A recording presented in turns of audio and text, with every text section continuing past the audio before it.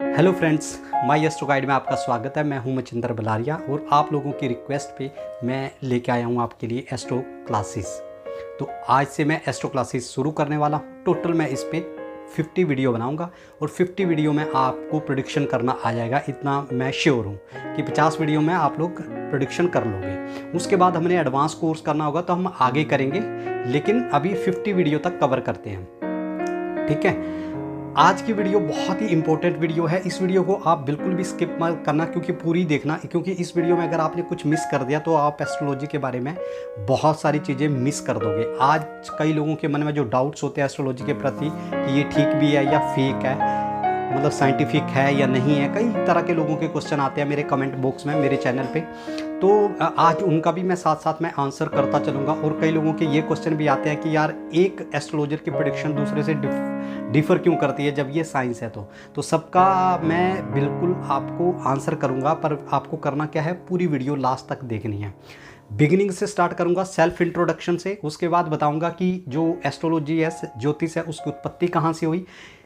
और दूसरी वीडियो में मैं ये बताऊँगा आपको कि हमारा जो सिलेबस है एस्ट्रोलॉजी का वो क्या होने वाला है। मैं 50 वीडियो में क्या क्या कवर करने वाला हूँ। तो चलिए स्टार्ट करते हैं अपनी सेल्फ इंट्रोडक्शन से। मेरा नाम मचिंदर बलारिया है और मैंने ज्योतिष का कोर्स भारतीय विद्या भवन केजी मार्ग न्यू दिल्ली से किया हुआ है। जैसे कि आप सब लोग जानते हैं या जो लोग नहीं जानते हैं उनको मैं ये बता देता हूँ कि भारतीय विद्या भवन जो है वो एस्ट्रोलॉजी का सबसे बड़ा इंस्टीट्यूट है और मिस्टर KN राव जो हैं इसको चलाते हैं। तो ये था सेल्फ इंट्रोडक्शन। अब आइए स्टार्ट करते हैं। सबसे पहले ज्योतिष की उत्पत्ति की बिगिनिंग कहाँ से हुई ज्योतिष की। देखिए, सबसे पहले आपको एक चीज ध्यान देने वाली ये है कि जो ज्योतिष को जो है वेदों का छठा अंग बोला जाता है। तो इट मीन्स कि ज्योतिष क्या है, वेदों का एक पार्ट है। अब वेदास क्या हैं, वेद क्या हैं, हमारे 4 वेद हैं, ऋग्वेद, सामवेद, अथर्ववेद, यजुर्वेद और अथर्ववेद। ठीक है, 4 वेद हैं, ऋग, साम, यजुर्वेद और अथर्ववेद, ये 4 वेद हैं। वेदों के बारे में मैं बहुत ज़्यादा डिटेल में नहीं बताऊंगा, थोड़ी सी डिस्क्रिप्शन दूंगा। वेद जो हैं वो शाश्वत हैं और सत्य हैं।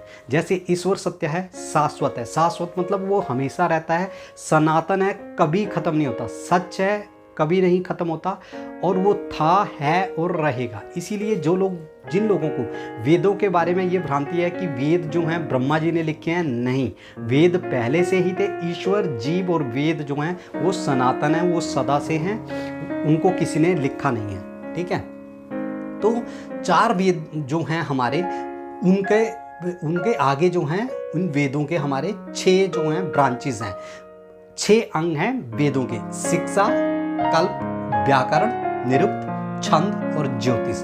ज्योतिष जो है वेदों का छठा अंग है। ठीक है, शिक्षा का मतलब आप जैसे जानते हैं एजुकेशन। शिक्षा का मतलब जैसे एजुकेशन। कल्प का मतलब है धार्मिक कर्मकांड, जो कर्मकांड करते हैं। व्याकरण जो ग्रामर आप जानती हैं। निरुक्त का मतलब बेसिकली होता है डिक्शनरी, शब्दकोश जिसको बोलते हैं हिंदी में।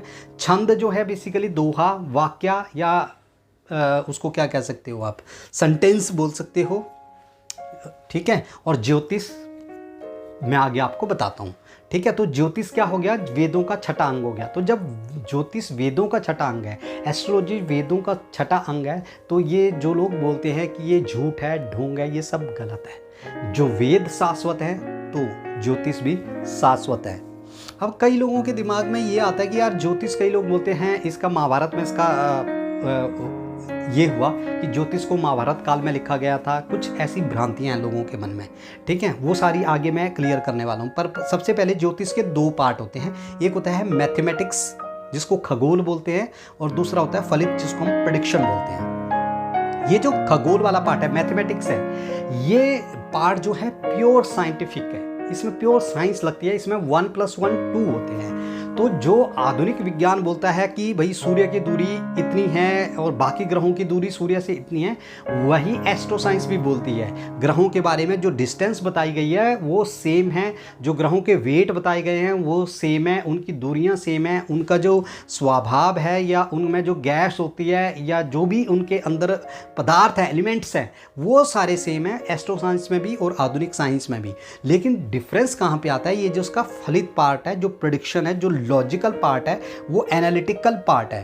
अब होता क्या है कि आजकल के जितने भी सॉफ्टवेयर हैं उसमें अगर आप एक व्यक्ति की मतलब डेट ऑफ बर्थ और टाइम वगैरह डालोगे तो जो एक सॉफ्टवेयर बताएगा वही चीज़ें सारी की सारी दूसरा सॉफ्टवेयर भी बताएगा। मतलब एक सॉफ्टवेयर में जो लगना निकलेगी बाकी सॉफ्टवेयर में भी वही लगना निकलेगी। इसीलिए ये साइंटिफिक है, साइंस है, इसमें सेम निकलता है सब जगह। द डिफरेंस कहाँ पे आता है? इसके प्रेडिक्शन पार्ट पे। अब प्रेडिक्शन पार्ट क्योंकि ये साइंटिफिक नहीं है, ये लॉजिकल है, ये लॉजिक्स पे बेस करता है, ये एनालिटिक्स पे बेस करता है, ये परम्यूटेशन और कॉम्बिनेशन पे चलता है। इसीलिए जो ज्योतिष को विज्ञान और कला दोनों बोला जाता है। सिर्फ विज्ञान नहीं है, ये विज्ञान भी है और कला भी है।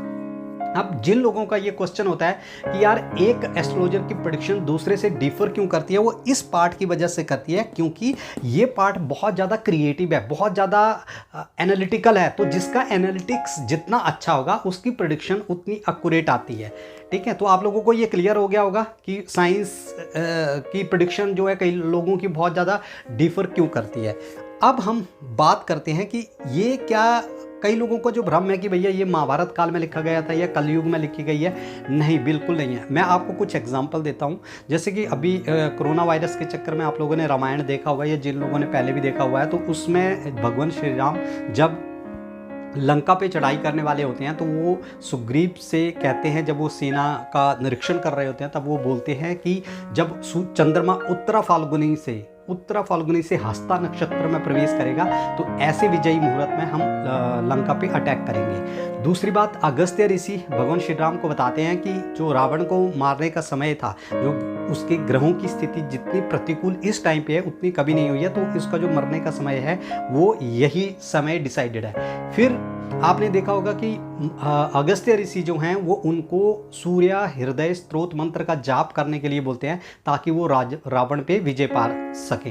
तो जो सूर्य हृदय स्त्रोत मंत्र है वो क्या है? वो ज्योतिष का पार्ट है। तो बेसिकली क्या है? वो रेमेडी है। तो जब वो ऐसा करते हैं, हम सूर्य हृदय स्त्रोत मंत्र का जाप कोई भी अगर करता है तो वो अपने दुश्मनों पर क्या करता है? विजय प्राप्त कर लेता है। तो इसका मतलब हो गया कि ज्योतिष जो है वो शुरू से है, बिगिनिंग से है, मतलब ऐसा नहीं है। हाँ, अब क्या हो गया, इसमें कंपटीशन बढ़ गया है, अब बहुत ज़्यादा इसमें ढोंग आ गया है या बहुत ज़्यादा मनी मोटिवेटेड हो गया, क्योंकि हर बंदा अपने फील्ड में बहुत ज़्यादा पैसा कमाना चाहता है। इसको पूरा प्रोफेशनल क्या अब तो बिजनेस बना दिया है। तो ये इसी उसका नहीं है, एस्ट्रोलॉजी का ही नहीं है। आप कोई भी ले लो, मोटिवेशन ले लो या धर्म गुरु ले लो या कोई भी ले लो, कोई भी फील्ड ऐसी नहीं है जिन लोगों ने इसको मॉनिटरी कन्वर्ट नहीं किया हुआ है। तो सब हो रहा है यार, वो तो सब जगह है। ठीक है, अब मैं आपको नेक्स्ट आपको बताऊंगा कि आपको एस्ट्रोलॉजी क्यों सीखनी है, उससे सीख के फ़ायदा क्या होगा। ठीक है, सबसे पहले एस्ट्रोलॉजी सीखना क्यों ज़रूरी है, सबसे पहले ये है, देखो कि जो एस्ट्रोलॉजी है, ज्योतिष है, वो कर्मा थ्योरी पे बेस्ड है। मतलब जैसे जैसे आप कर्म करके लाओगे वैसे वैसा फल भोगोगे। तो ओपनिंग प्लस एडिशंस माइनस जितना आप कंज्यूम कर लिया, deletion is equal to closing, आपका बैलेंस रह जाएगा।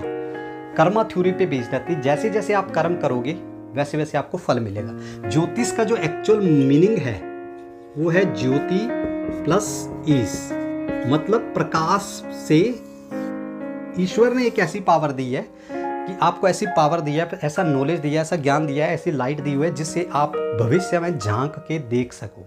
ठीक है, भविष्य देखना नहीं है, भविष्य में झांक के देख सको कि आपके लिए जो है सिचुएशन कैसी है, आपका टाइम कैसा आने वाला है, जिसके अकॉर्डिंग क्या है कि आप अपने कर्मों में सुधार कर सको, आप कुछ रेमेडियल मेजर ले सको, अपने कर्मों को सुधार सको ताकि अपने जीवन को सुधार सको। ठीक है, तो इसका मतलब ये हो गया कि जो लोग कहते हैं कि भैया मैं आपका 100% बदल दूंगा, मैं ये चेंज कर सकता हूँ, मैं ये आपका भाग्य चेंज कर सकता हूँ, सब मिथ्स हैं, सब फ्रॉड है, कुछ ऐसा होता नहीं है। हाँ, होता क्या है, रेमेडीज से फ़र्क पड़ता है। जैसे कि मैंने आपको रामायण का एग्जाम्पल दिया, अगर आप रेमेडीज़ करते हैं तो ग्रह आपके अनुकूल होना शुरू हो जाते हैं। लेकिन हम लोग सिर्फ रेमेडीज़ पे फोकस करते हैं, ये और चीज़ें भी हैं जो ज्योतिष सीखने से हमें मिलती है। नंबर 1, पहली चीज़ ये क्या करता है, ज्योतिष आपको ये बताता है कि आपके लिए क्या चीज़ सही है। तो सबसे पहले ये करता है सूटेबिलिटी, जिसको हम बोलते हैं। तो ज्योतिष ये बताता है कि आपके लिए कौन सी चीज़ सही है। फॉर एग्जाम्पल, मैं आपको एक एग्जाम्पल देता हूँ। कपिल शर्मा आए थे सिंगर बनने के लिए, लेकिन बन के गए कॉमेडियन। तो ये उनको नहीं पता था। तो ज्योतिष क्या करता है, बताता है कि सूटेबिलिटी की क्या चीज़ आपके लिए सूटेबल है, क्योंकि हर चीज़ वो नहीं है जो आप करना चाहते हो और उसमें ही आपको सक्सेस मिले। मैं ये नहीं कहना चाहता कि कपिल शर्मा ने एस्ट्रोलॉजर से कंसल्ट किया उसके बाद उसने चेंज किया, नहीं, बट मैं ये बताना चाह रहा हूँ यहाँ पे कि हर चीज़ जो है आपके लिए सूटेबल नहीं है। ठीक है। दूसरी चीज, ये आपको बताता है कि आपको आपके लिए सही समय क्या है।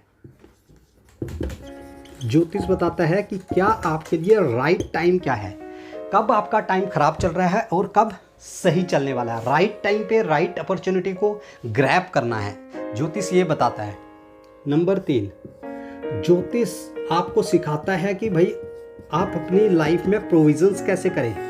प्रोविजंस का मतलब हो गया कि जैसे मान लो किसी को बता दिया कि भाई 2 साल बाद तुम्हारी डेथ हो जाएगी, आपको एक बहुत ख़राब दशा आ रही है, आपका एक्सीडेंट हो सकता है, तो बंदा कई तरीके से प्रोविज़न कर सकता है। जैसे मान लो इंश्योरेंस बंदे ने ले ली, ठीक है, कुछ लोन्स वगैरह हैं तो उसको लगे कि भाई मेरी फैमिली पे बर्डन हो, तो उसने वो अपना लोन भर दिए, या कुछ इस तरह के और मेजर। ये मैं चीज़ें बता रहा हूँ रेमेडियल मेजर, जो रेमेडीज़ है उसके अलावा करने वाली भी इतनी चीज़ें हैं जो आदमी जो है वो कर सकता है, या व्यक्ति को लगता है, मान लो जैसे कोई जॉब कर रहा है बंदा, ठीक है, उसका टाइम बहुत ख़राब आने वाला है, तो बंदा सोच समझ के अपनी जॉब चेंज कर सकता है कि भाई मेरे को ये टाइम मेरे लिए सही है या नहीं है, कौन सी डायरेक्शन मेरे लिए सही है या नहीं है। तो सूटेबिलिटी हो गई, राइट टाइम क्या है, प्रोविजंस हो गए, फ्लेक्सिबिलिटी हो गई, और सबसे बड़ी बात जो देता है ज्योतिष, वो देता है पेशेंस।